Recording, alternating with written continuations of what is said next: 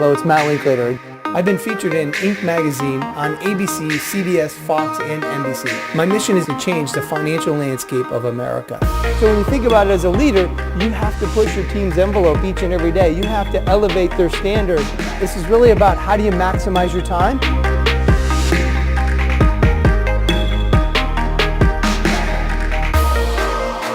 So how do you do it within your business? How do you figure out who your target market is? And ultimately you want to narrow that focus, don't you? So how do you push beyond your emotions and kind of visualize your success? And you have to be congruent, one of thought, one of word, and one of action. The quality of your life is found in the rituals that you keep. The quality in your business is found in the rituals that you keep for your business. Axie, say I can. I can. Say I must. I must. Say I am. I am. Say Axie Unstoppable. Unstoppable. Hello, it's Matt Linklater here. I want to share with you a story how one of my clients got mad at me for solving a problem. And so here's really why it was. Is they had a problem and she said it was for 5 years and we were able to solve it in 1 month. And so by the time we solved it, she didn't believe that it was solved and didn't believe that we were doing the work. Now let me explain why this happens to most business owners. See, most business owners are business operators. Now this person does a great job of being a business owner, operating the business, marketing the business, and so I wouldn't call her just a business owner. But a lot of times, most of us are business owners. And so what happens is you're caught down in the details and you can't see the solutions. And so you have to be able to become a business owner, or in neuro-linguistic programming, we talk about chunking up. And so let me explain a little bit. So if you ever read Michael Gerber's book, The E-Myth, he talks about being the dreamer, he talks about being the manager, and he talks about being the technician. Now, most business owners are the manager and the technician, and they are a dreamer, but they've lost some of that dream because they're down just trying to, make the ends meet, pay the bills, get business. And so how do you kind of, become the business owner? And so neuro-linguistic programming, we call this kind of chunking up. So how do you chunk up to see the big picture? And so I'll get back to that in a moment, because here's how I solved the problem. So one thing is this, is that 1% of the people create 50% of the results. So just because you haven't been able to solve the problem, it means you haven't tried enough solutions. It's like going on a diet. Just because you went on a diet and it didn't work doesn't mean that you're big boned and you just can't lose weight. It means that you didn't try enough, you didn't stick with it enough, and you didn't try enough different solutions. So if something doesn't work, what do? You try again. If that doesn't work, what do? You try again. And if that doesn't work, what do? You try again. And if that doesn't work, what do? You keep trying until you find the solution. So over 5 years, this person was not able to find the solution until they found us. Now, when I was working in the solution, and what happened was we solved the one part. So just look at it this way. We have the income side and the payment side. So they had their income coming in, and they couldn't get their income statement to essentially match up. And we were able to match that up. Now that wasn't so hard. All we did was change some technology. So one thing is being an accountant and CPA firm and a financial services firm is, we're not just caught in the details actually. Because I can solve a lot of business problems, I know technology and how to glue everything together. And so I had a lot of different solutions. So once I understood the problem on the income side, I came up with 3, 4, 5 different solutions that we were able to test and we were able to fix, almost instantly, but they didn't see it or didn't understand it because it was almost too easy. Now the other side was, okay, well, how do we fix their payment?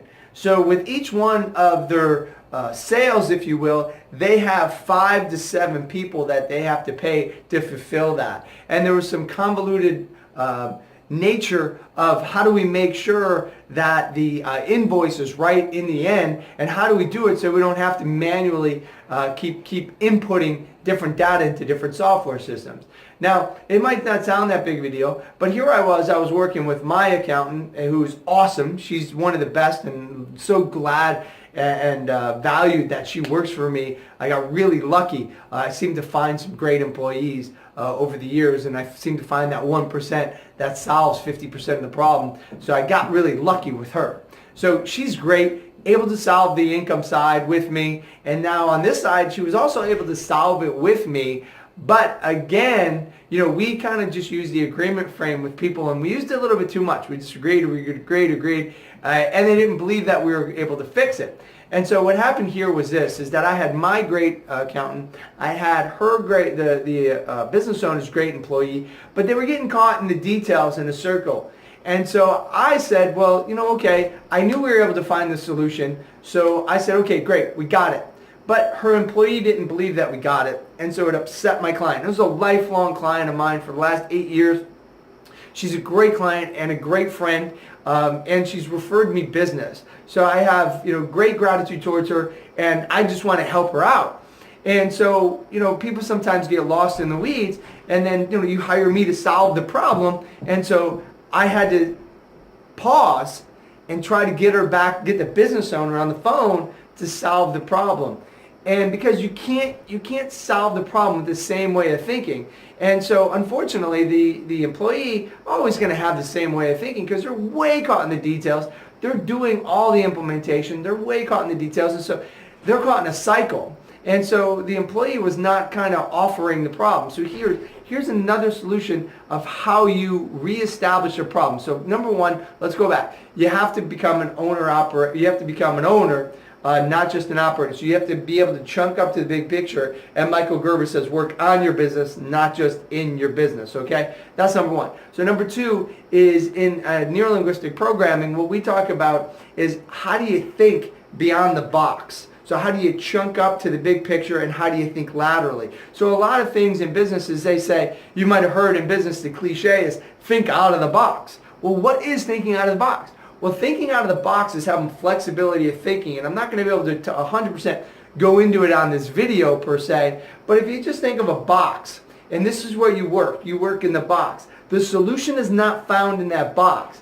That solution is found either on top of the box or on the side of the box. And so how do you get there? Well, you have to chunk up to the big picture. So you have to reestablish the problem, if you will, and come down somewhere else for a solution. So here's what I did, right?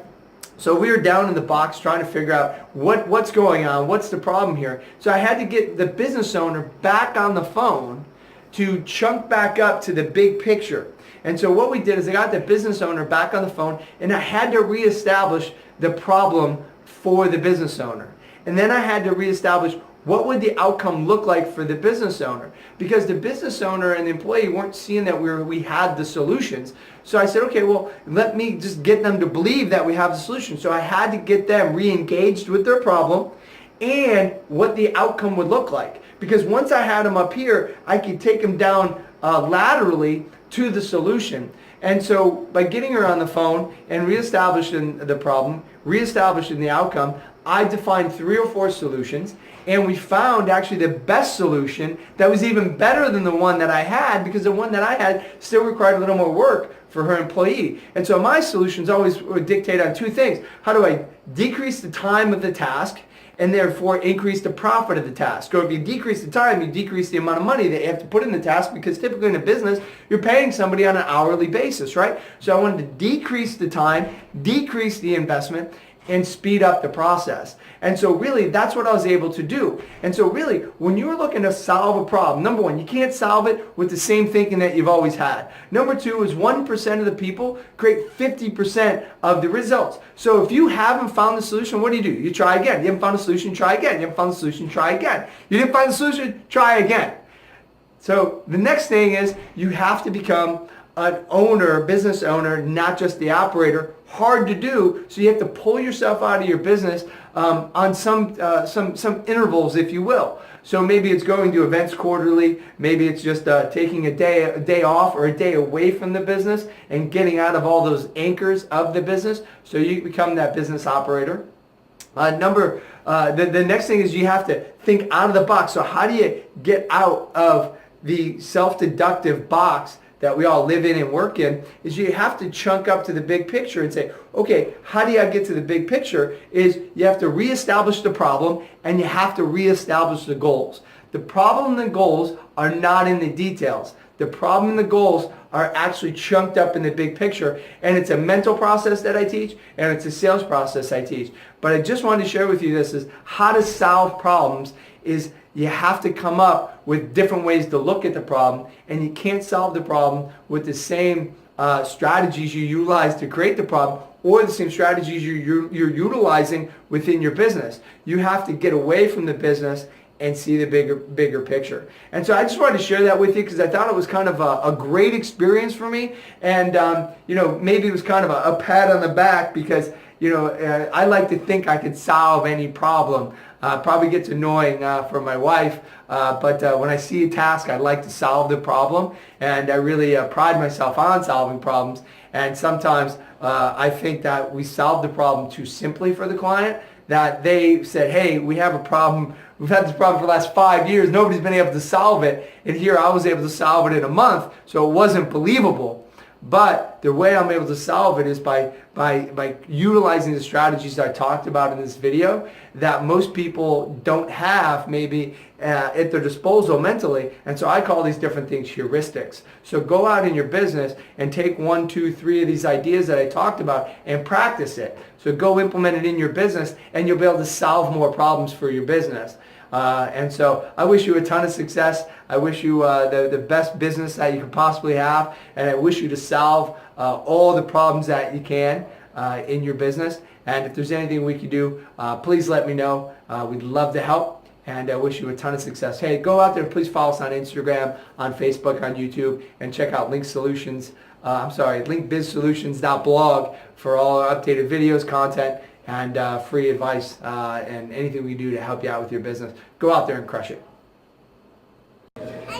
Exie, say I can. I can. Say I must. I must. Say I am. I am Say Exie Unstoppable. unstoppable.